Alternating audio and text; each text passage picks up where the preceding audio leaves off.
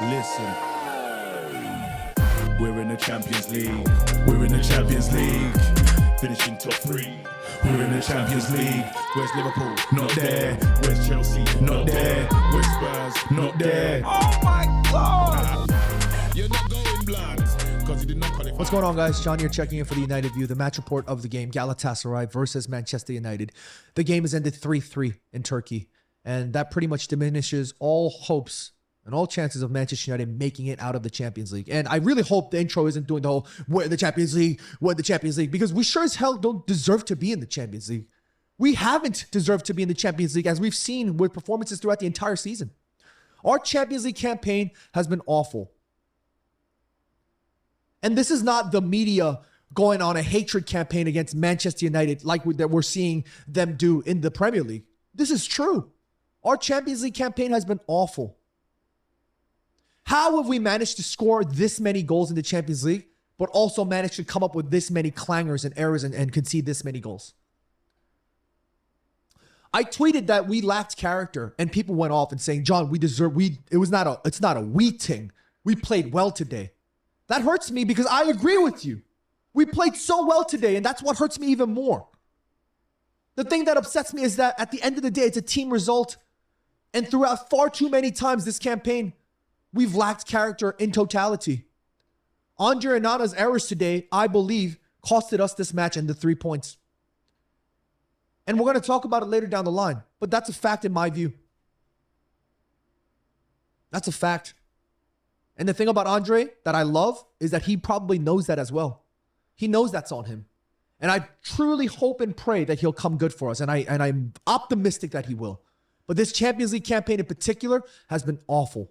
That horror show against Bayern Munich, the clangers in the first time around against Copenhagen, like it's really disheartening, to say the least. Let's talk about the two errors in particular, because I thought Manchester United started off so well. I said this before I went live on any other platform, but talking about this match, that while this occasion, this circumstance for Manchester United is going to be greatly difficult and that the pressure was going to be absolutely immense, I also said that it could also be the same for Galatasaray, who also need a result. And those Galatasaray fans, let me tell you, they are one of the world's greatest, most class fans ever.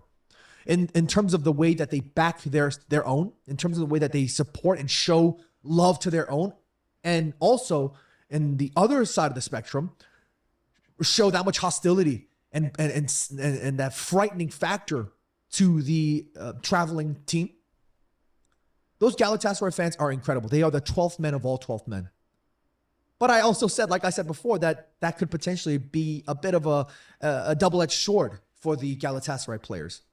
And that might actually hurt them or hinder them a little bit. And I don't know if that's what happened, but at least Manchester United showed up in that opening 15, 20 minutes or whatever it was. When did we score? 11th minute, 18th minute? Alejandro Garnacho's goal really, really started things off perfectly for us, because it showed that we were here to fight. Alejandro Garnacho shushing them and getting them absolutely riled up, and the referee having to get involved and telling them to stop, don't do that. Like, we were ready. Garnacho's not afraid of anything. I love that. And then for Bruno Fernandes to score the goal that he scored, absolute beauty of a shot. That's what we wanted to see. We looked like for a minute we deserved to be in the Champions League. And I was like, oh my God, I'm happy as hell. Let's talk about those two free kicks. Andre Onana, the first free kick. I'm not all that too upset at that first free kick in terms of the technique, because I think he just made a wrong decision. It was poor in the decision in the fact that in terms of goalkeepers for free kicks, you have to stay on your feet until you can see that ball sort of leaving past the wall. But what Andre did there was he dived before the ball even left the wall. Before the ball even got next to the wall, he dived already. That is just, if you think about it, that's just a risky gamble that he took. And Hakim Ziyech didn't need to do much. He just directed it. He just placed it. I'm not mad all that too entirely on that one. I'm more upset about the second one, because that is a technical thing. To spill it in that manner, It's upsetting. And like I said before, Andre Onana knows that this is on him. And I truly believe that he will get back and bounce back. But it wasn't meant to be for us this campaign. And unfortunately, we bow out, I think, thanks to these kinds of errors from Andre Onana. And it hurts for me to say this because I believe in him and I love him. But what else can you say? You know, I was happy seeing Aaron Wan-Bissaka, Luke Shaw kick dope ball, Garnacho getting his goal, Scott McTominay getting stuck in. But this one also is a little bit on Erik ten Hag as well.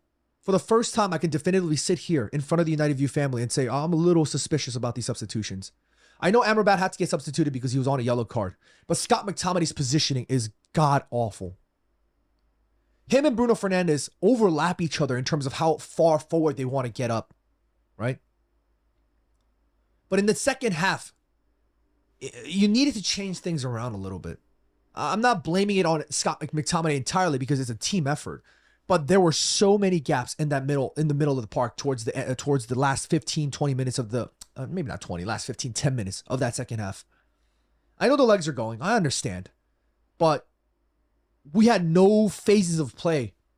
It was almost as if just thump the ball and then pray and it work, hope that it works. That is a lack in character. You can blame Andre Onana all you want, and yeah, of course, it makes sense that, you know, it was his errors, but it's not just on him. It's on everybody collectively. The amount of chances that we've scuffed towards the end of that second half. We should have scored, but we didn't.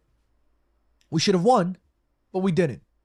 And that's been the story of this entire Champions League campaign. The chances of the chances of us making out of this, I have no idea. Pretty much near zero.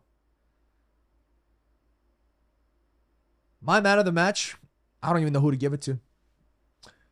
I have a bias, as you know, for Aaron Wan-Bissaka, so I want to give it to Aaron Wan-Bissaka because I thought he kept things very simple and he kept, well, pretty quiet. I also want to maybe give it to Harry Maguire because I thought he had a very solid defensive performance. Garnacho, maybe? I don't know. Antony, apart from the goal that Garnacho scored and whatnot, everything else was pretty quiet. Antony, pretty quiet. What did you guys think of the game? Get in the comments, let us know. And if you guys are new to the United View, please consider subscribing. And if you have any more interest in hearing what I have to say, please consider checking me out on my channel. Description, links are all below. That's it.